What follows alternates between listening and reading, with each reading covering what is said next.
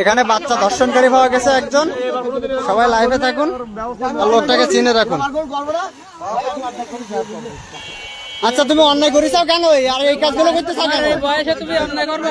তুমি না হুজুর, হুজুরের স্যাম্পল যদি এই হয় তাহলে অন্য মানুষ কি করবে? এসব ছেলেমেয়ে কি করবে? আমরা কি করবো?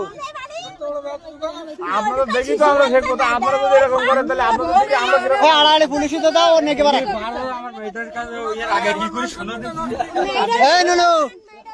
কি বলেছে?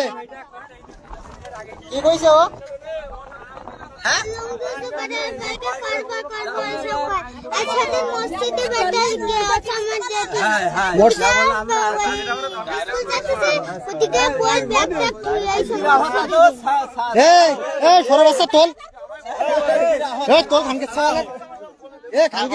কি তোর তোর একবার পুঁতি ফেলা মানে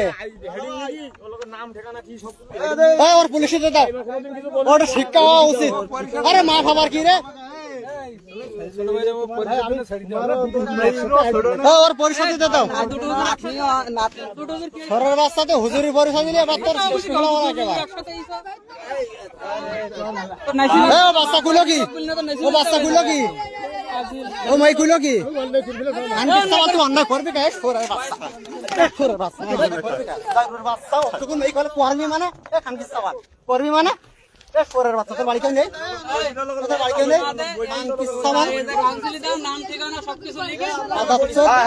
আমি যদি এরকম কাজ আর কোনোদিন করি তা আমার বড় আকারে ওর ছাড়া যাবে না। তোর মাঠের মায়ের বাপট ওটা কেমন তোর পরের বাচ্চা। এবার আমি করবো ওটা ঘট, তোর তোমার ঠেকাই দিলাম, এবার ঠেকাবো না। ও করলো কেন? মুখ দে। তুই ওর কি কইছিস? তুই আজকে এই করছিস, কালকে তুই ধর্ষণ করবি এই জায়গায়, তখন ওর মা কি করবে? তুই কি কারণে দেশে ধর্ষণ হয়? দেখ ওর গার্জেন যারা তারা মাফ করে কিনা।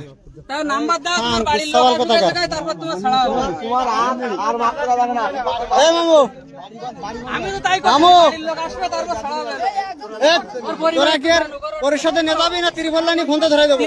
না, ওর বাড়ির লোক আসুক, ওর বাড়ি নাম্বার